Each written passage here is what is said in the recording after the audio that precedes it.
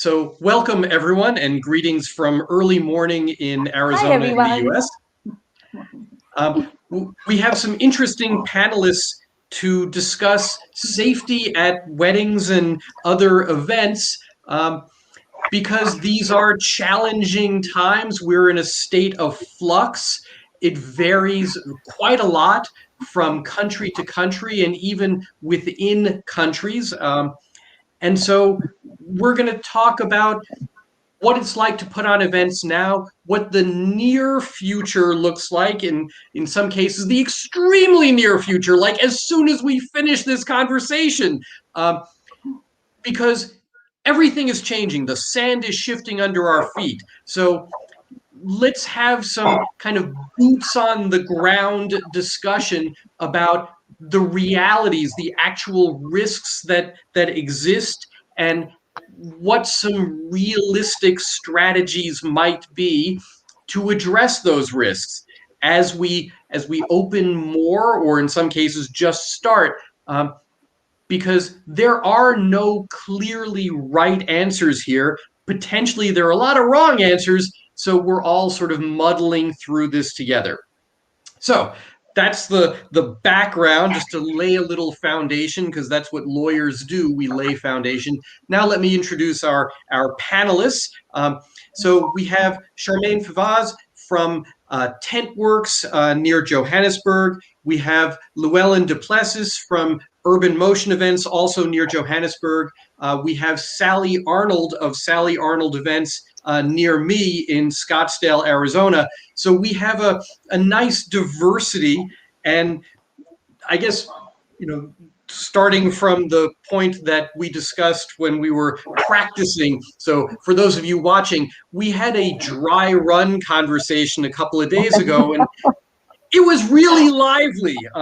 This is not a shy group. So just as I had pitched to you all a few days ago, I'm going to start with the question, are you working weddings and events now? And I know that one of you is dressed to go. Sally Arnold, are you working weddings and events now? Yes, Steve, actually I am. As you know, we had our first wedding of the year on Wednesday. It was a small elopement, so safety for that was quite simple. But today, as soon as I finish this panel, I'm out the door to a wedding for 100 guests, outdoors, thankfully. But this will be a true test for all of the safety measures that we have in place today. Well, that sounds great and terrifying. Charmaine, how about you? Are you doing any events yet in the Johannesburg area? Yes, for sure. Currently, here in South Africa, we can have outside events up to 250 people and indoor events up to 100 people. So yes, we have been doing events, and yes, there's the safety measures and stuff is challenging. If I can put it that way, people are struggling to get accustomed to the new norm that they should be following. But we'll see what the future holds, Yes, we'll see. Llewellyn, that leaves you. What are you doing these days? Yes, definitely. We also work currently, especially in the corporate industry, a lot currently, where corporate interaction is starting to go more for a hybrid type of solution with virtual elements. And then also we had a wedding already in January where it put us to the test to make sure that people do follow the regulations. It's not as easy. As I mentioned also during our test run, it's very easy with corporate events, but with family-related events such as weddings and funerals, it's not as easy to comply or your guests don't comply. So let's talk about that, and then we'll kind of unwind our circle and go back through. Llewellyn, you had mentioned that when we were chatting before. Explain why it's different dealing with people at corporate events than it is at, social or family events like a wedding. What's the difference? I think that also comes into one of the main fighting elements for the events industry currently in South Africa. A lot of companies say, or a lot of the alliances want to open up business events. And we saw that firsthand now. It's so much easier controlling people within a business event environment, especially exhibitions, conferences, seminars, and training sessions.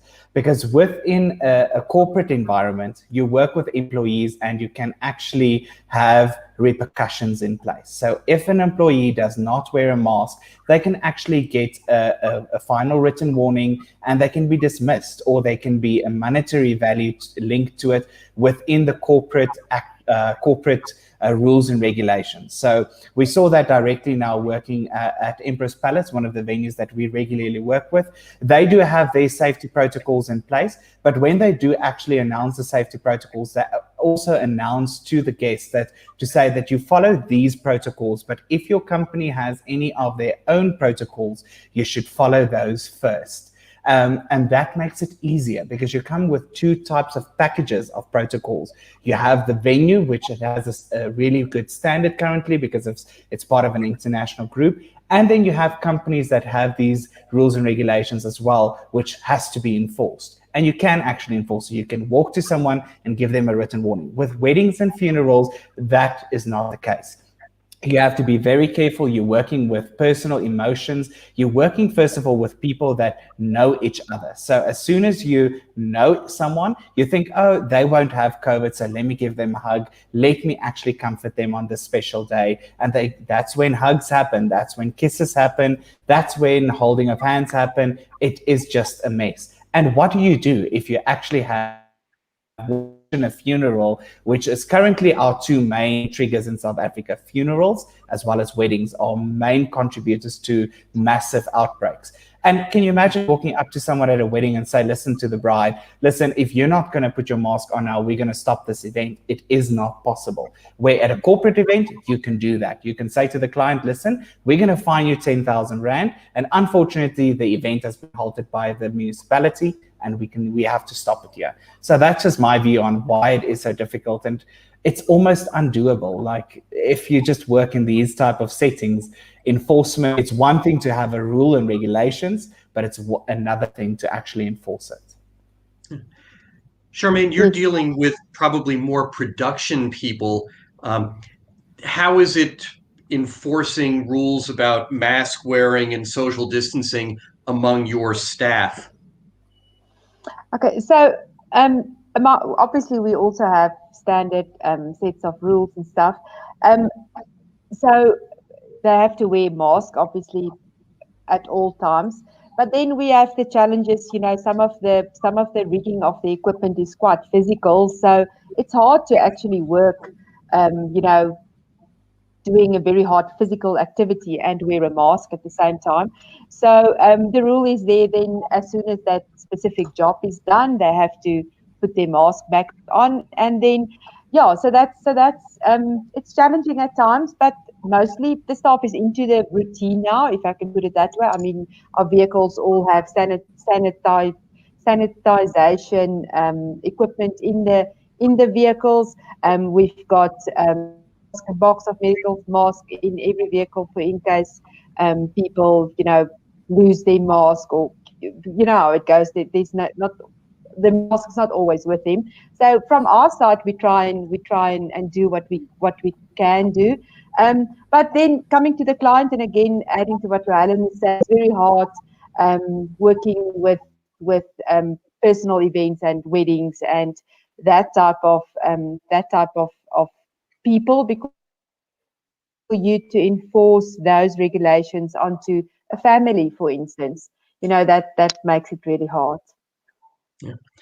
Sally, you actually have both sides of that equation. So I know that for the wedding that you're about to go to today, you were doing production work yesterday. So how are people dealing with social distancing and face covering and hand washing on the production side? And then what do you anticipate seeing among the bridal party and their guests today at the wedding that you're about to work? Yeah, so I'm going to echo the same sentiments that Llewellyn and Charmaine shared earlier. So on the production side, yesterday we had our event set. Everyone was wearing a face covering. Social distancing wasn't an issue because we didn't have that many people setting up. So that went very smoothly. I am very careful to, in my final timeline, which is similar to a run of show on a corporate side, I will share with them, these are the rules and guidelines that we are following today. Now, in Arizona, as you know, Steve, things are basically open for business. I know. The venue for ceremony is different than the reception location, which is at a private home. But the venue hasn't determined as of yesterday what their new rules are, because there was just a change here in the state of Arizona. So I don't go by any local rules. We follow the CDC guidelines. So all the vendors today know that they are to follow the CDC guidelines, and that includes wearing a mask for the entire time. Our officiant obviously will not wear a mask during ceremony. But last night we had the rehearsal. It's a very large wedding party. I think there were about 42 people gathered yesterday for the rehearsal, and I was the only person, along with the venue coordinator, wearing a mask. Everybody else was hugging and kissing, and we anticipate that we anticipate today everyone will wear a mask for ceremony, and we have personalized masks that we will be handing out as well in case people don't bring their own. And that's a fun way to do it, you know, with the bride and groom's name on it and the date. That makes it more fun. And people are usually really compliant for ceremony.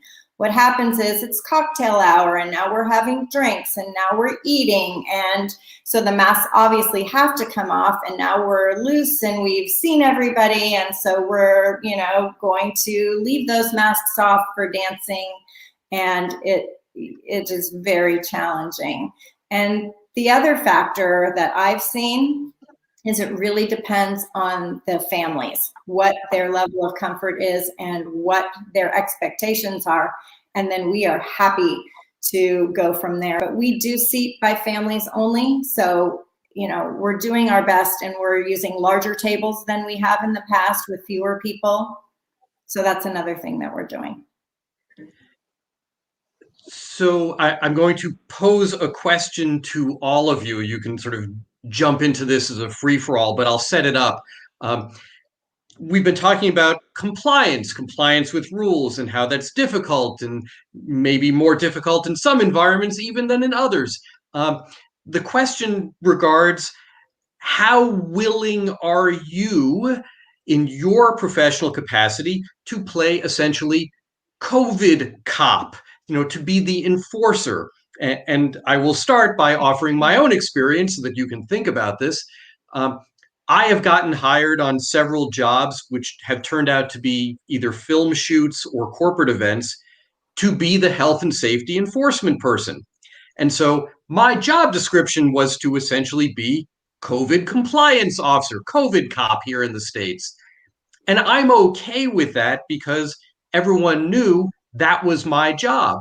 And I actually did have to threaten one young man who thought he understood the consequences of coronavirus better than the scientists. And we had a discussion privately, but we had a discussion, and it got kind of heated. Ultimately, his boss walked over and solved the problem, and so I didn't have to throw his ignorant behind off the job site, which is what I was about to do. So with that, the question is, what, if anything, do you guys have in mind as a strategy to enforce rules when you see people not following health and safety rules?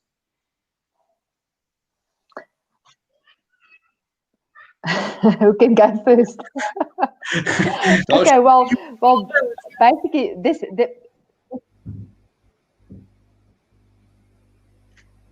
but it's not so easy to enforce it, because first of all, you're dealing with a celebration. So yes, I mean, the right thing to do is to go to whoever's event it is, and tell them, listen, your guests are not adhering to the health and safety rules. and we potentially can shut this event down. It can become a super spreader event. I mean, that's why these things are so important. Like here in South Africa, our second wave was based on a super spreader event that happened among matric pupils, over December. They went on matric, which is the final year of school for you guys overseas that don't know that. They went on matric vacations, and that's became super spreader events, and the country literally went into lockdown because of those events where it started. So any event can become a super spreader event, and the risks are tremendous, but it is not so easy enforceable. It just is not. I don't know. Llewellyn, like Llewellyn said rightfully, a corporate event is easy because there's rules and regulations. But I mean, what will Sally do tonight if the guests don't wear their masks? You cannot control it. You cannot go up to a person and say, put your mask on or leave. You're not the police, So yeah, it's hard. It's very hard.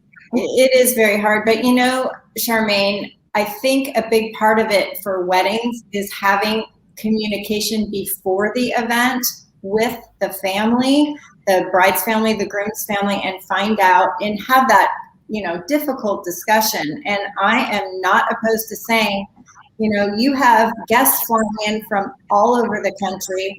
We do not want this to be a super spreader event. This is still early for us to be starting events. What is your comfort level? Because I would be happy to provide masks for people who don't have them and gently remind them and find out what their comfort level is with that. So obviously, if you have buy-in from the families, it makes my job so much easier.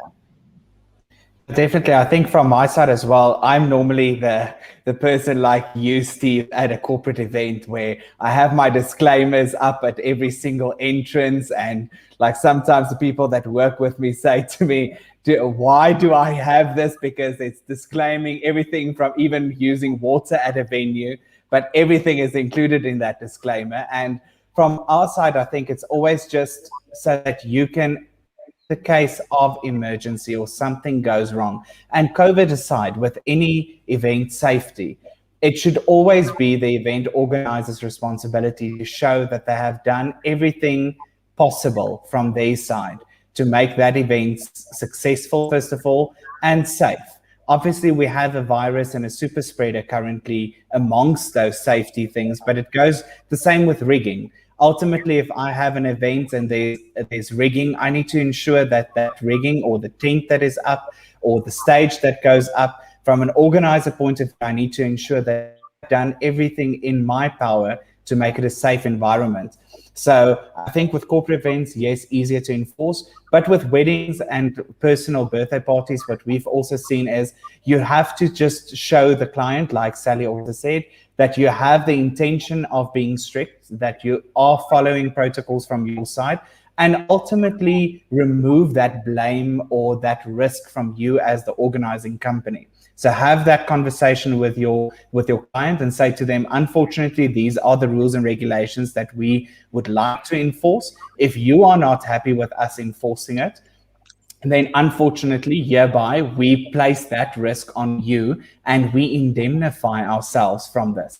Alternatively, if you are happy with us enforcing it, we do have COVID dedicated people normally on site, and they will actually remove from which we've done before. So as soon as a person does not comply, you unfortunately remove them from the site. But that also has the impact of your relationship with your client going forward, because you don't want a fight necessarily at a special event like a wedding. We are joined by Denver Ben. Denver, welcome. And we're talking about enforcing COVID rules.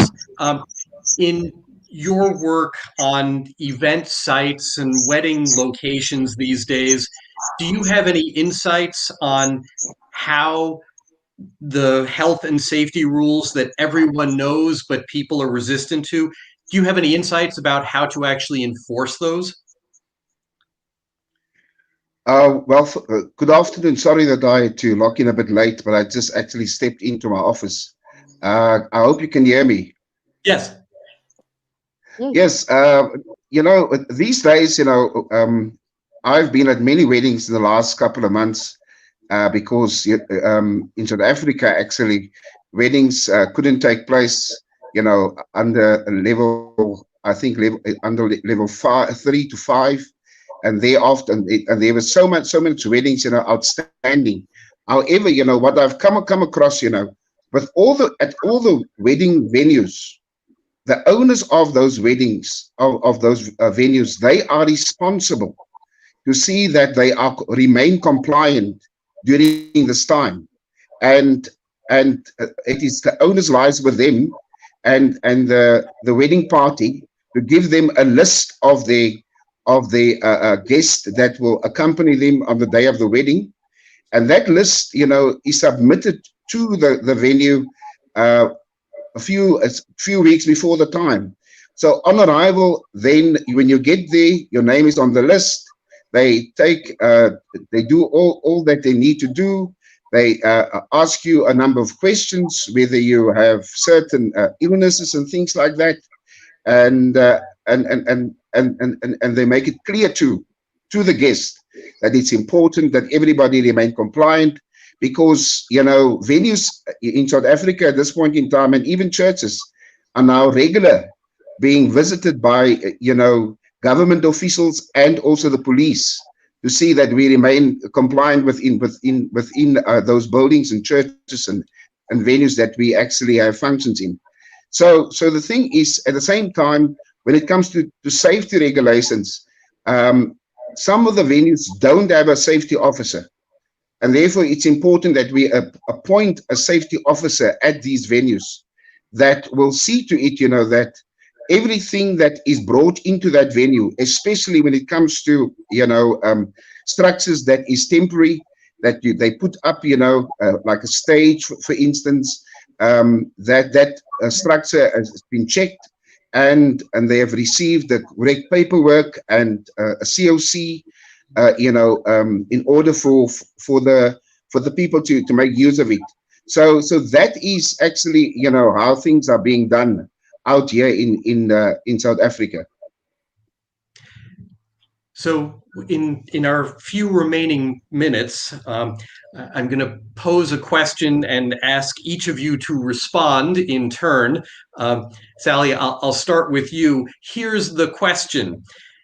Is there anything that either a wedding party or a corporate event, on the corporate side, is there anything that someone could say to you that you would simply say, I'm not going to work your event, whether it's the size of the event, the number of attendees, or their willingness to enforce social distancing and face coverings, or unwillingness to enforce those things, or a policy about requiring proof of vaccination? Is there any bright line that you have where you would say, as desperate as I am to work these days, this is just too much? So, Sally, you're living this today. Do you have any bright lines? I will.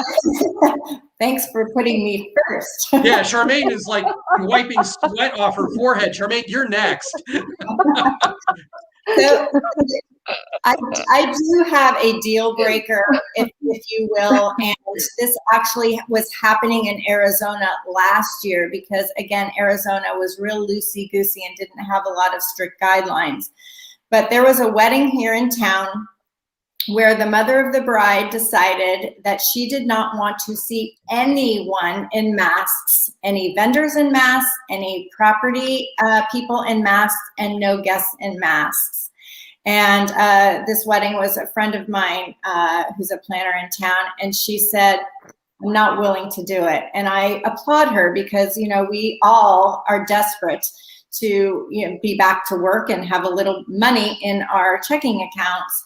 And she passed, and there was another planner in town who was more than willing to do that.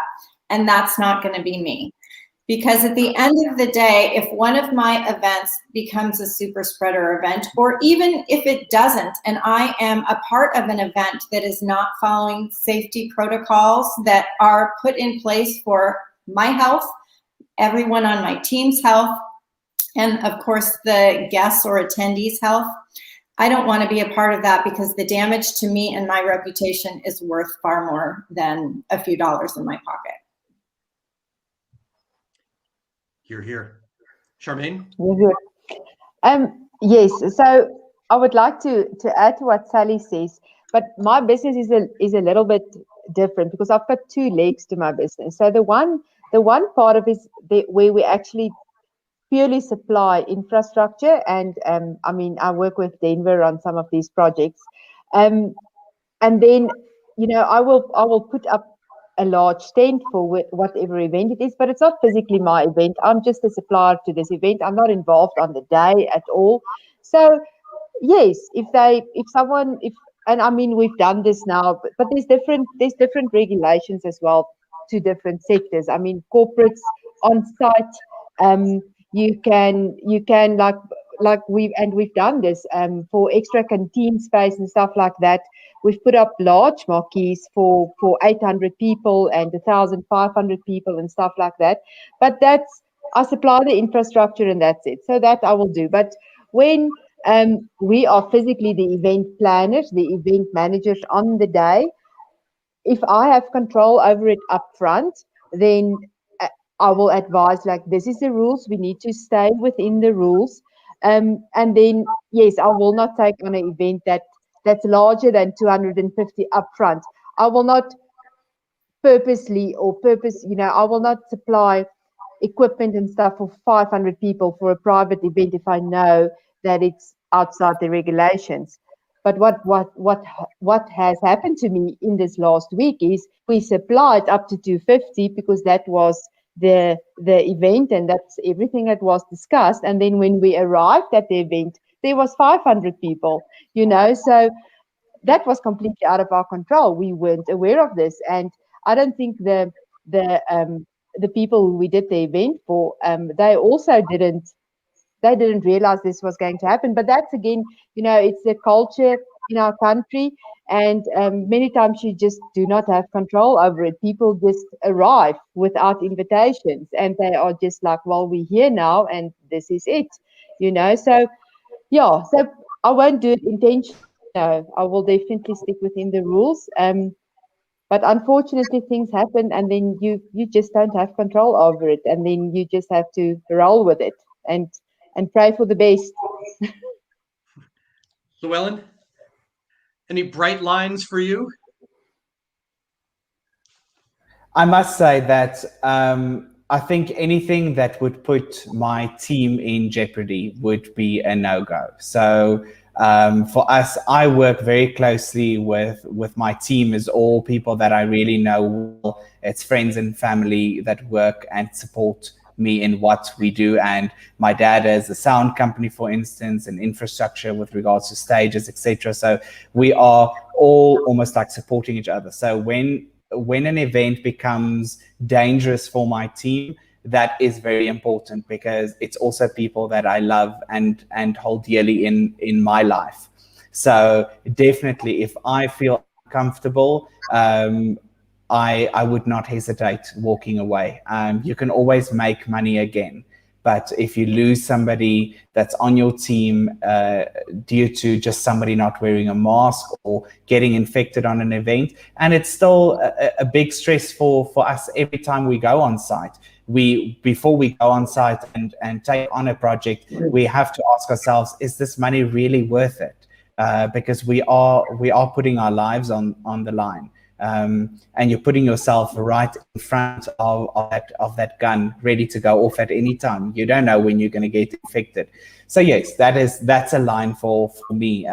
If a client clearly does not want to comply, we'll rather step away from the event and walk away. Denver, in our last minute, are there any bright lines for you? Anything that someone might ask you to do that you would simply say, no, this is not acceptable right now? Absolutely. I must be honest with you, I'm a structural engineer. So at the end of the day, my license comes into play. And at the same time, also, I take total, um, responsibility for that event. And if I sign it off and one of those structures were not as per the requirements and the building regulations and safety regulations, that will cause, that I end up in prison, especially if anything goes wrong there and anybody lose their life on that site. And for that reason, I have a very good eye when it comes to building these structures, and I've studied it, and I know exactly what is going on, And sometimes I get out of my car in the parking bay and I can look at the structure and I can tell you, listen here, I myself will not put my 2 feet inside that structure. I have stopped many events in the past.